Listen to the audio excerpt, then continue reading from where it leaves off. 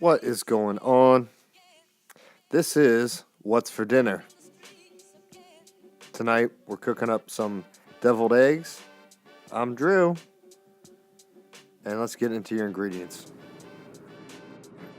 I'm just using standard eggs. You don't need anything special.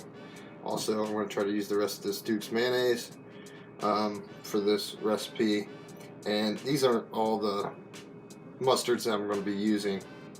Probably just use a couple.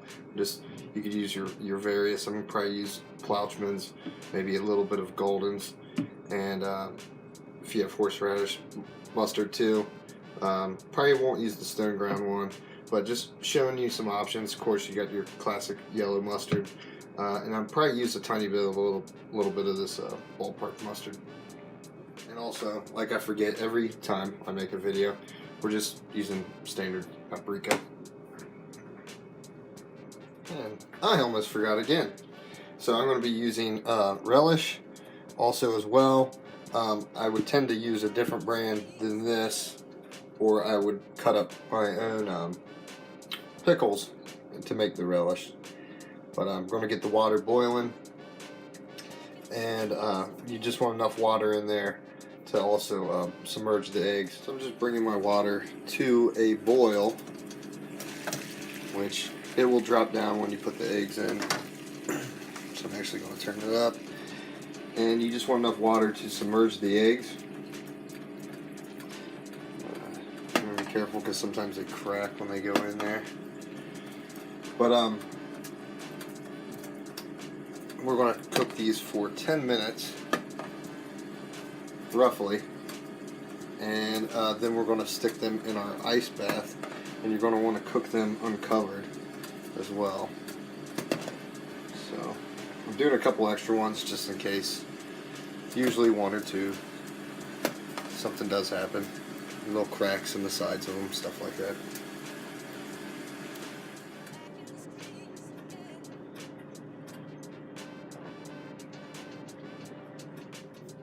And I have my eggs in a little ice bath here. Just right as they come off. Of course, I have another little bowl here for mixing up when we peel the eggs and everything, and we'll be right back. We're going to peel the eggs real quick. And again, I forgot to mention, you're going to want to let them sit in the ice bath for at least like 10 minutes. Okay, I just want to show you guys how I've got these deshelled. Typically, I would use a countertop surface. A hard surface. I'll just do it on here so you can see it. Also, here's the hard-boiled eggs. And how do you know if your hard-boiled egg is done?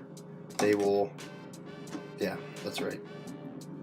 They will spin in a circle. Compared to, I don't know what the other ones do, but I just like to go through, kind of break it up, and then roll it. You can't hear that. It's all breaking up. And then after I peel quite a bit of it, almost all of it, I'll rinse it underwater. We'll be right back. I've got them all deshelled. I'm going to cut them in half, and then I'll show you the last one of me scooping out the yolk, because that's what you need to use for your duck. I want to show you guys, if you're ever wondering if they are overdone, what you would see around the edge would be like a green ring on there. Well, some of them you can actually see are a little underdone, but just by barely. I mean, they're definitely cooked all the way through. So I'm going to get these yolks out of here and into there, and then we're going to start mixing our ingredients. I mean, most of these came out without me even using a spoon, but if you have a problem with them coming out, just use a spoon. And then of course I'm going to leave them on here, because then after I spoon in all the ingredients and everything and put paprika on them, then I'll plate them up. So what I typically do is just use a spoon, and I mash them up, and I probably didn't pick the best spoon for this. Then I have another spoon too for the ingredients that are going in. It's just easier for me to do it this way.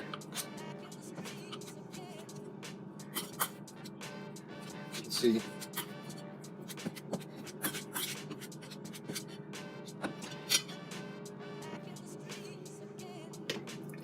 What I like to do too is like equal parts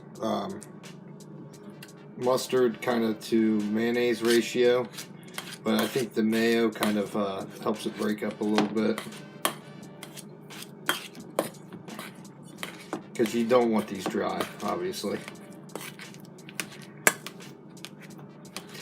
And the relish I have, I tend to like to get the one where it has more juices in it, and I'll use some of the juice from the relish itself.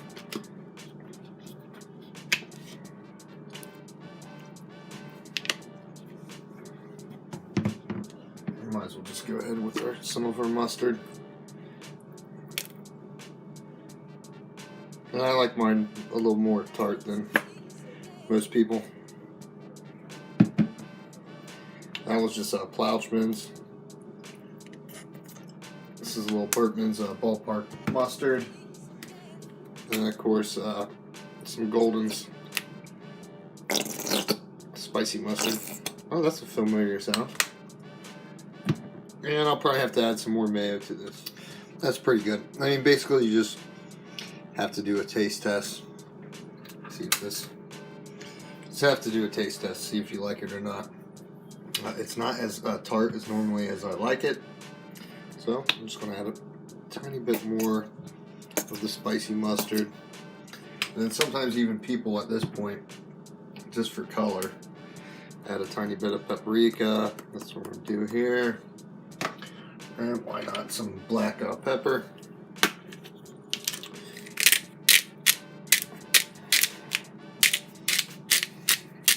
Just for color. You know, you eat with your eyes. I'll get that all mixed up, and then we'll start spooning into this. It's definitely the consistency I wanted. A little bit more tart. Again, usually equal parts mayo. I go a little bit more with the mustard.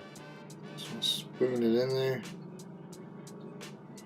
Again, you can fill these up a little bit more if you wanted to. But you see how that one's split?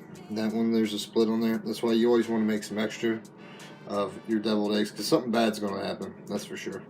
And you never know. Get more there. Just going to do a quick little dusting. And then I'm going to transfer these over to a plate. I have a plate just for deviled eggs, but you know, not the fancy of them.